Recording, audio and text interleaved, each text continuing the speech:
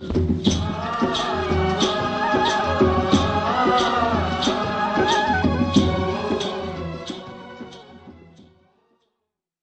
किसी भी खाद्यान्न में, चाहे गेहूं है, चाहे मक्की है, चाहे गन्ना है, चाहे धान है, मात्र 10% बीज है और 90% उसमें खाद्यान्न है। तो बीज कौन सा होना चाहिए? जैसे गेहूं है,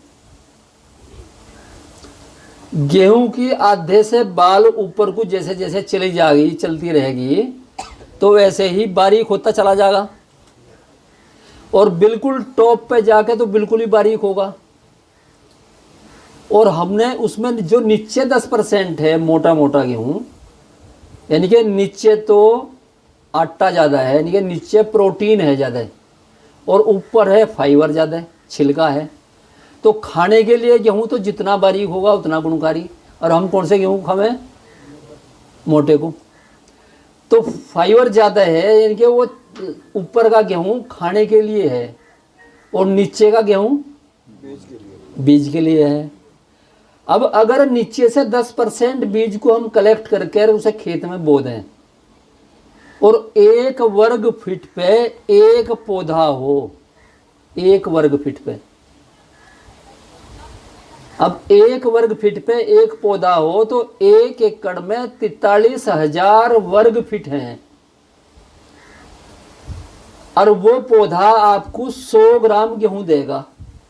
43,000 वर्ग फीट हो 1 बीघे में, 1 एकड़ में, और हर पौधा अगर हम 100 ग्राम गेहूं लें और वो जो 10% नीचे का बीज है वो 100 ग्राम का है। और जैसे जैसे जैसे जैसे ऊपर को होते चले जाएंगे, वो जो बारीक सा गेहूं, अगर बारीक सा उसकी बाल निकलेगी लेकिन पौधा गेहूं का होगा, वो खरपतवार से भी घातक रहेगा आपके लिए, क्योंकि उसे गेहूं समझ के तो आप काटने के नहीं। तो सबसे पहले हमें गेहूं पे, बीज पे देखना चाहिए कौन सा बीज कैसे लें। हम एक ऐसा झरना बनवाए हैं जिसमें बारीक गेहूं सारा नीचे लिगड़ जा और मोटा मोटा गेहूं रह जा ऊपर, और उसे हम फिर डिस्टेंस है, दूरी, ऐसे नहीं बची बखेरते हैं। यानी कि दूरी का सिद्धांत क्या है? अब किसी भी पेड़ का जितना आकार प्रकृति ने दिया उससे उतनी ही दूरी चाहिए। अगर 9-9 इंच पे हम गेहूं लगावें, 9-9 इंच पे, इधर से भी इधर से भी, तो हम बहुत अच्छी पैदावार को बढ़ा सकें उसी लागत में।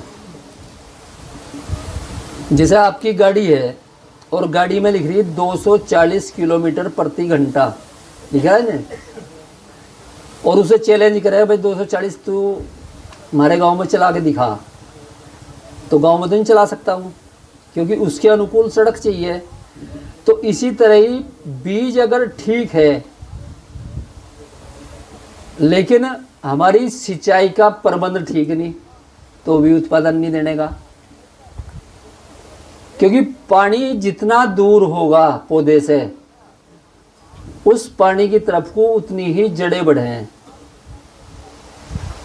और जितनी लंबी जड़ होगी उसी रेशो में जड़ की मोटाई बढ़ेगी, और जिस रेशो में जड़ की मोटाई है उसी रेशो में तना मोटा होगा।